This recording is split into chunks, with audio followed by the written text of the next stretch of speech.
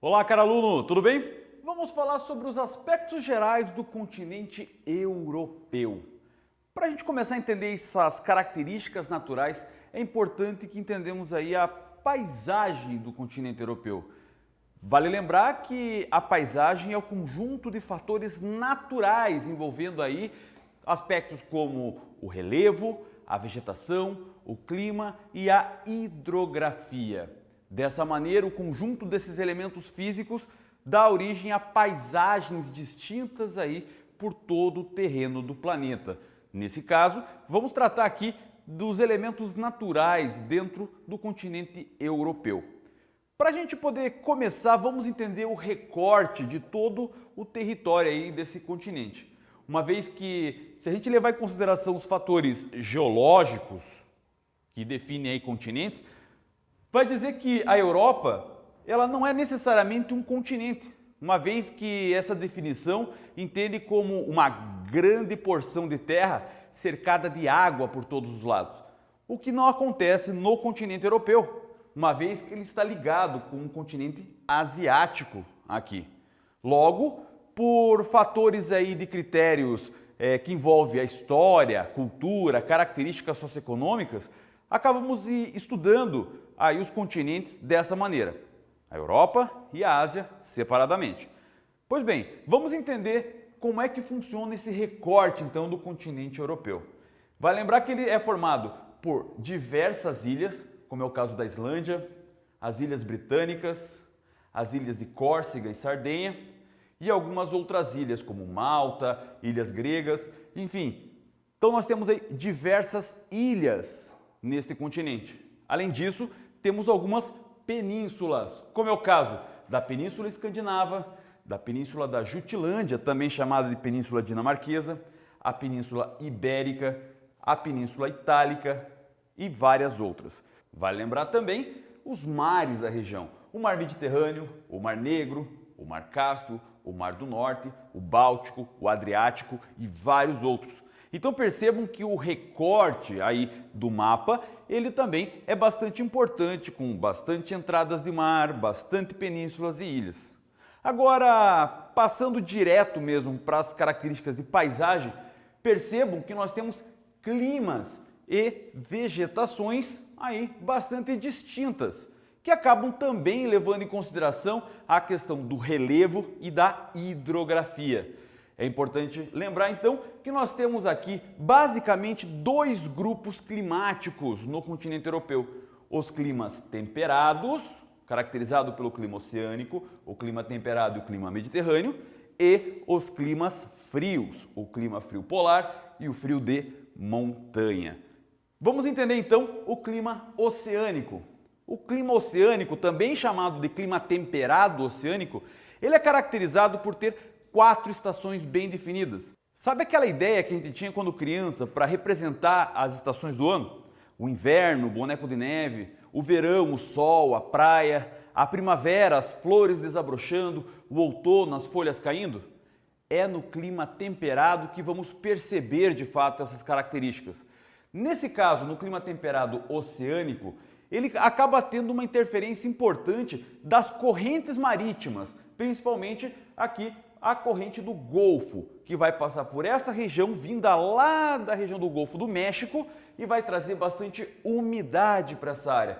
Sem ela, algumas regiões como a parte aqui das Ilhas Britânicas e alguns portos da Noruega ficariam extremamente congelados se não fossem essas correntes.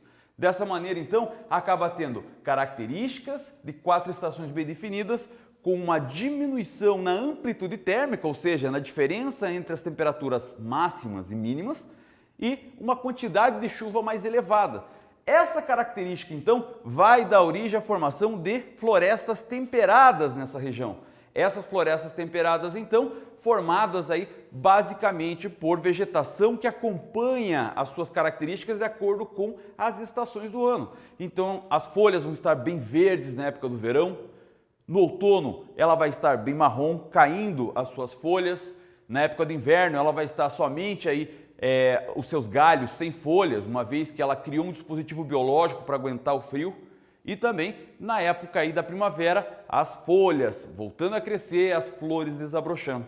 Então essa situação da floresta temperada acontece devido ao clima temperado, que começa aqui nessa região com o clima temperado oceânico, passando para o clima temperado continental. No clima temperado continental, nós não temos mais a influência direta da corrente do Golfo. Consequentemente, a quantidade de chuvas nessa região vai ser diminuída. Outra situação é que, à medida em que se interioriza no continente, nós vamos ter o aumento dessa amplitude térmica.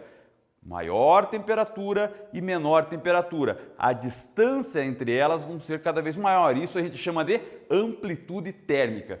Assim, essas áreas então com grande amplitude térmica e diminuição de chuvas vai dar formação exatamente da floresta temperada, mas também dá origem em algumas áreas às chamadas estepes, que são formações como nós temos no Brasil da caatinga, porém com características diferenciadas, uma vez que temos o frio.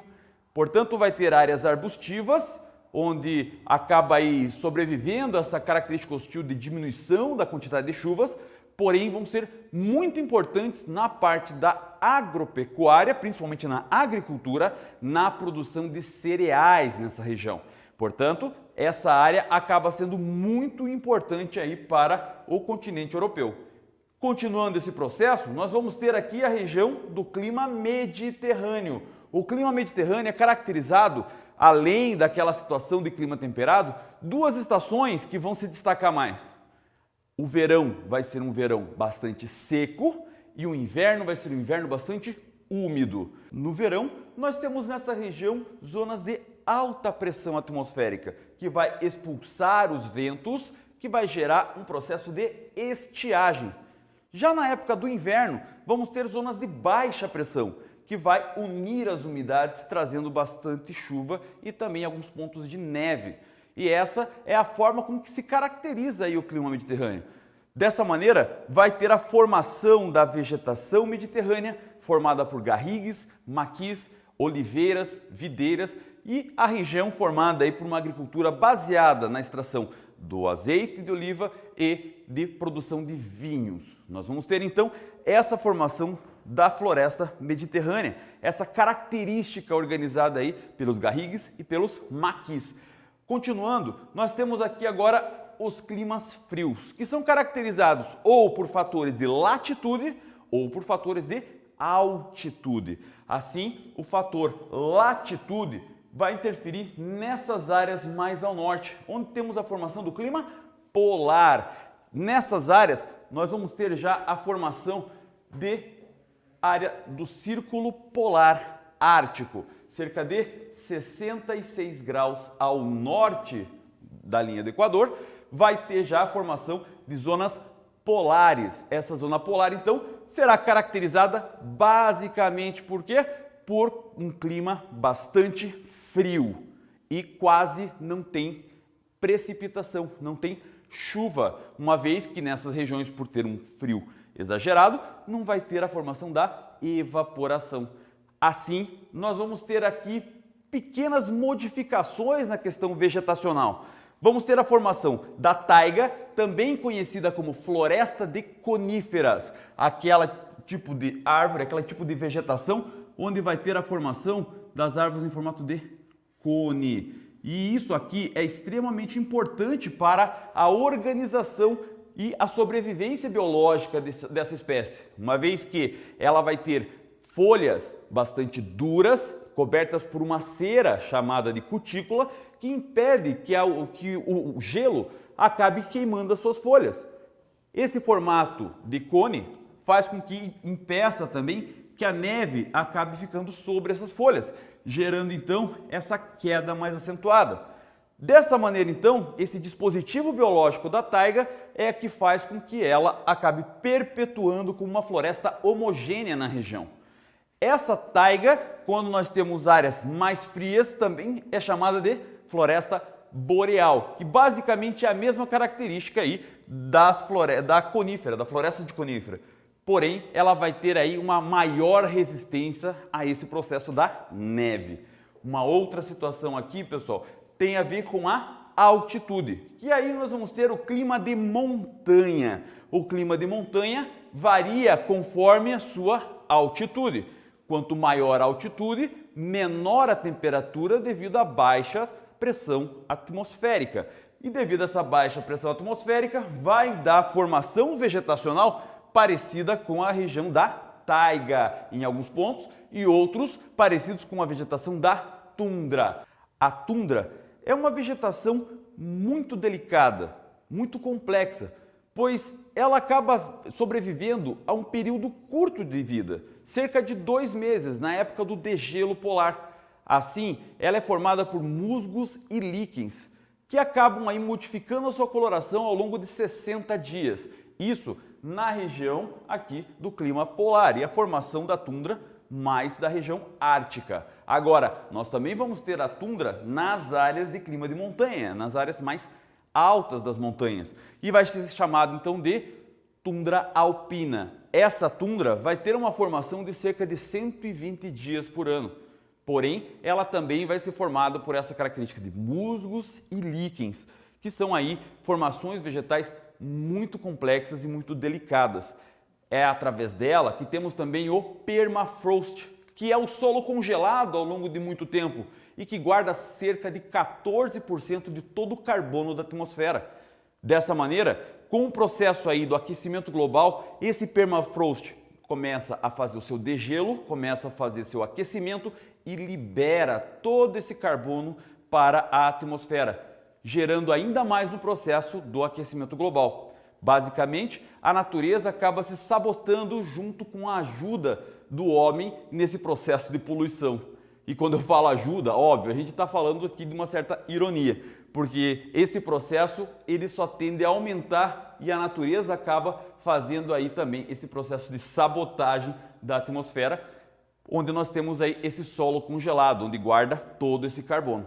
Basicamente, nós temos aqui as características naturais do continente europeu. A formação das penínsulas, a formação dos mares, a formação das grandes ilhas e também a característica das vegetações, a característica do clima e também das áreas mais altas de relevo e as áreas mais baixas. Eu espero que você tenha entendido essa aula e eu vou ficando por aqui. Muito obrigado por ter assistido essa aula e tchau, tchau!